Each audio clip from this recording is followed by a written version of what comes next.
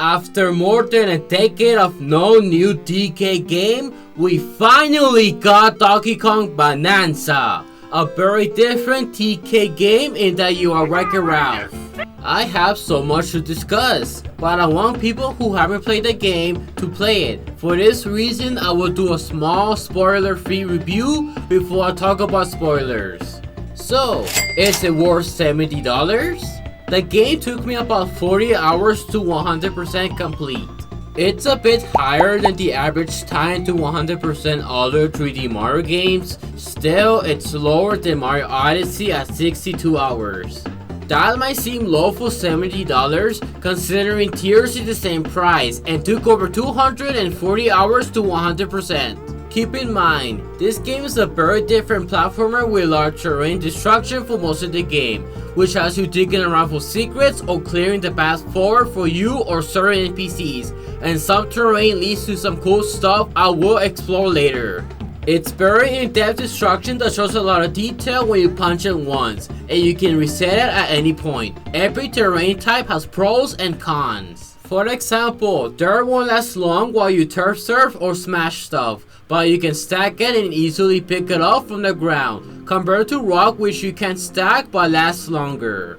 DK feels great and is the most responsive a game has ever felt. The moveset of this game is very interesting and fun to use. You can punch up, down or straight, take up pieces of the land to smash against enemies or walls, and run on top of it to travel through spikes. You can even double jump by jumping and throwing it down. You can clap to reveal objects, activate certain parts, and obtain gold. Other movesets are rolling, which speeds you up or helps you reach areas. Singing leads you to the objective and takes off any seals. Along with being able to climb most places, you can do a lot of speedrunning with the moveset, and the game ensures you use all moves in interesting ways, like riding the rocks to go fast, or shape where certain objects go, like these ice cubes, and so much more that I will get into the spoiler part of the video. The game does a great job of getting you used to the abilities at the start, which gives you the option to go wild and destroy everything. At the same time, there's no difficulty in this part at all. Can't forget about Bananza abilities. They are very fun to use and they all serve a point in this game, enhancing the gameplay even more and having banger soundtracks. The soundtrack of this game is excellent, not as good as Mario Kart World, but still great, with new and remixed old songs.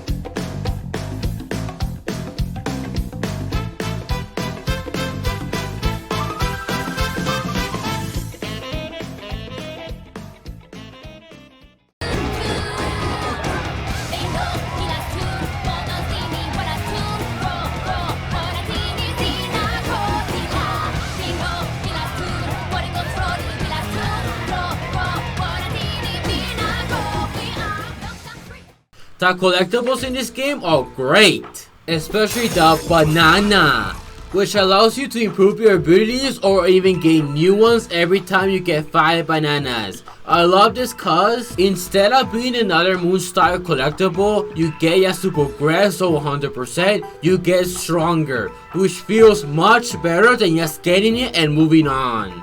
You find bananas not just out in the layers, you can do various challenges. These consist of hide and seek, leading these tiny NPCs to this other NPC, and these prisons that have you destroy certain terrain in a certain amount of time. At the same time, the game switches it up every time you do a different one. There are battle arenas with a mixture of enemies you must fight while you're dealing with obstacles in a limited amount of time.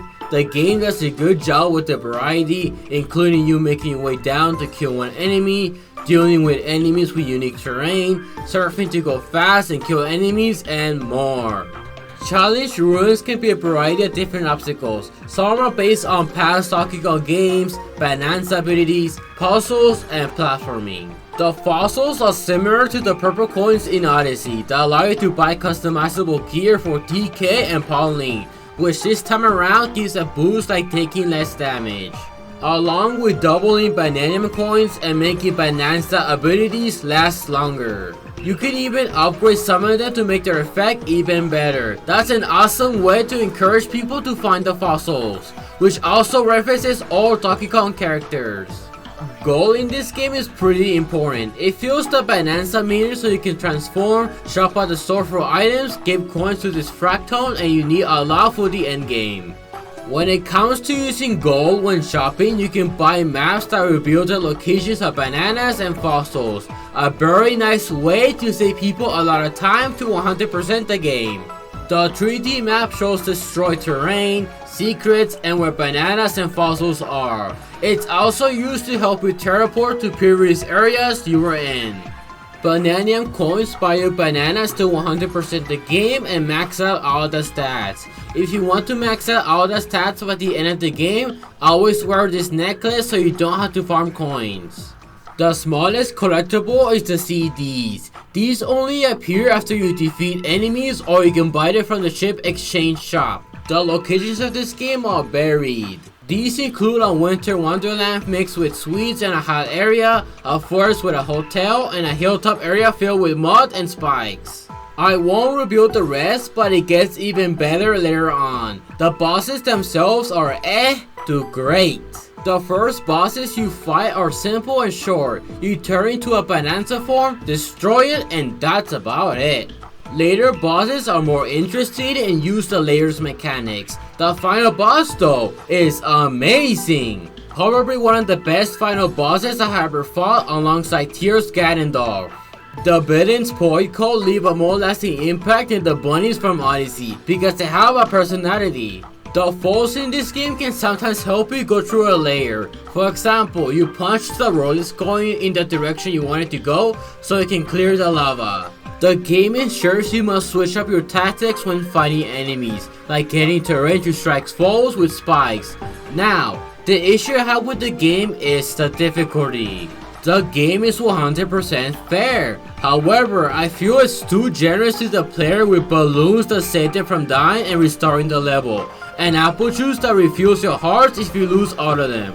You find these pretty often in chests or buy them from the store. They should only be in the shops and be expensive.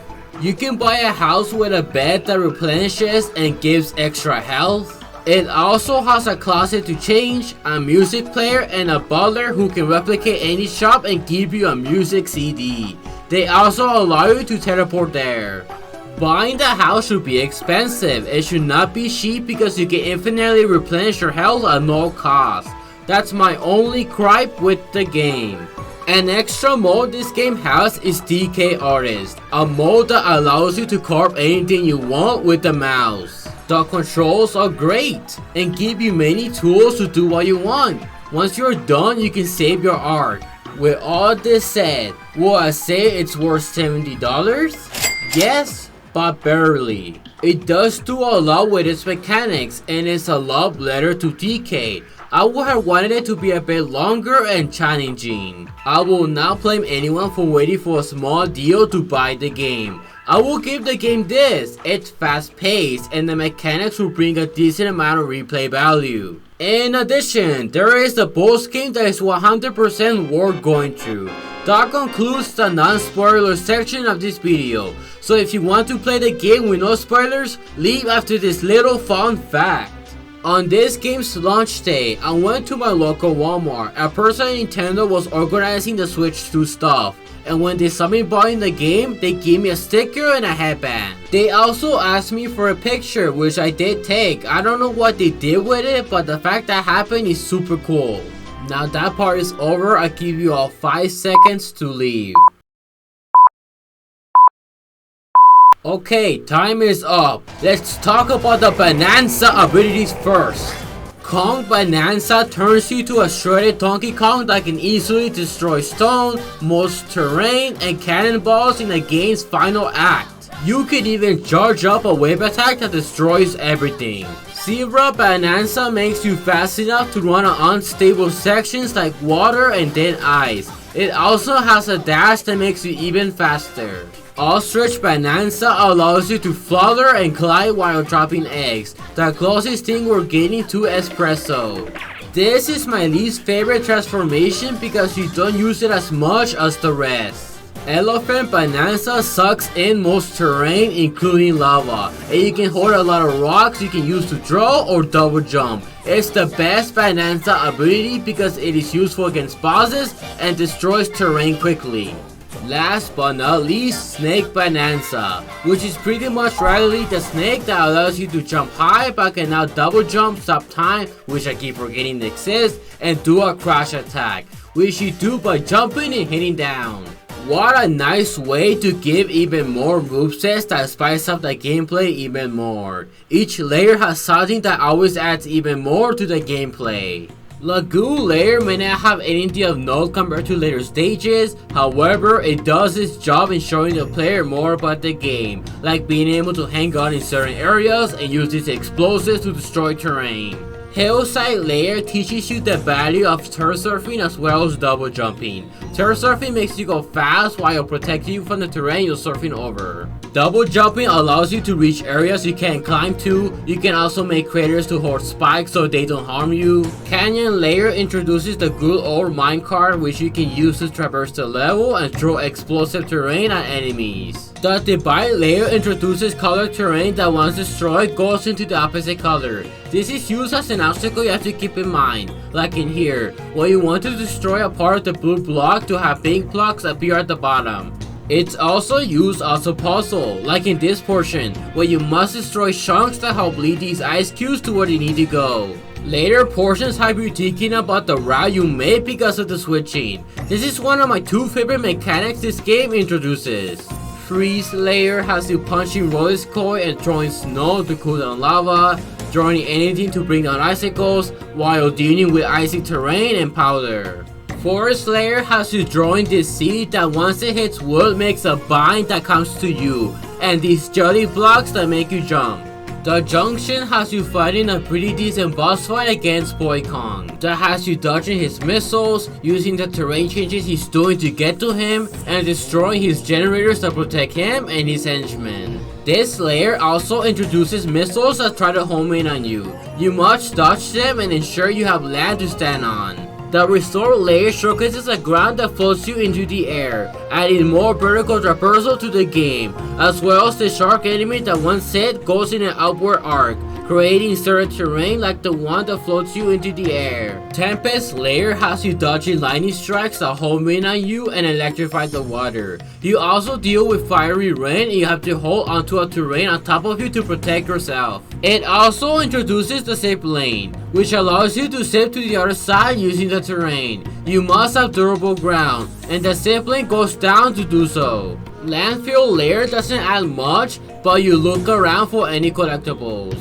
Racing layer has this super fun minigame with Rambi. You have to break easy terrain so you don't slow yourself down. It also gives you a boost you can use to take shortcuts. Radiance layer has this terrain that glows, which makes this scorpion enemy vulnerable, activates its switches, and helps in dark areas. In later sublayers, you have to deal with enemies who are weak in the shadow. It also introduces a switch that switches the 2 suns, leaving enemies vulnerable or cloud solidifying. One of my favorite challenge ruins is this one, where you have to grab a weakened scorpion and ensure it stays in the light or shadow while turf surfing over spikes, depending on which scorpion you get. Groovy layer showcases the most puzzle focused mechanic in the game, and that's the swap harp, that allows you to switch between 2 terrains. For example, you want to go down, so you hit the swap harp so it can turn into gold, or you want extra height, so you hit it to turn it into jelly. For this reason, it's my favorite mechanic in the game, Later on, it's used very well. Feast Lair is a fun theme park that has you using minecarts to get around and find areas. Salt is an important part here because it deals with muck. Challenges are based around the attractions, like in Cheese Go Round. Forbidden Lair has you driving fractals so you can throw anything to make platforms that allow you to progress and reach areas you normally can't get into. You also use this against Boy, and it is pretty well used because you have to keep moving and keep in mind the ground you have. After all of that, we see the man, the myth, the legend, King K. Rool, finally coming back as TK's arch nemesis. Planet Core is the culmination of everything you learn. There's a section of thirst surfing over spikes, Claptrap eating the switch blocks while you're going through, a part where the ground moves while you're fighting Neckies and enemy gauntlets. This time, the previous Donkey Kong enemies are the foes in this layer. The final boss fight against King K. Rool is fantastic. It has a total of 3 phases. All of them are decently lengthy, and K. Rool has way more health than the other bosses. The first phase has K. Rool shooting cannonballs that you can send back to him with the Kong Bananza. He also uses his cannon to try to suck you in. To counter that, you can throw something at him, jam it, and stun him. Both the cannonballs and the hands he summons bring fiery terrain you have to clean up. The second phase has you throwing the ground at him while returning to the surface and listening to the amazing Gangplank Galleon remix.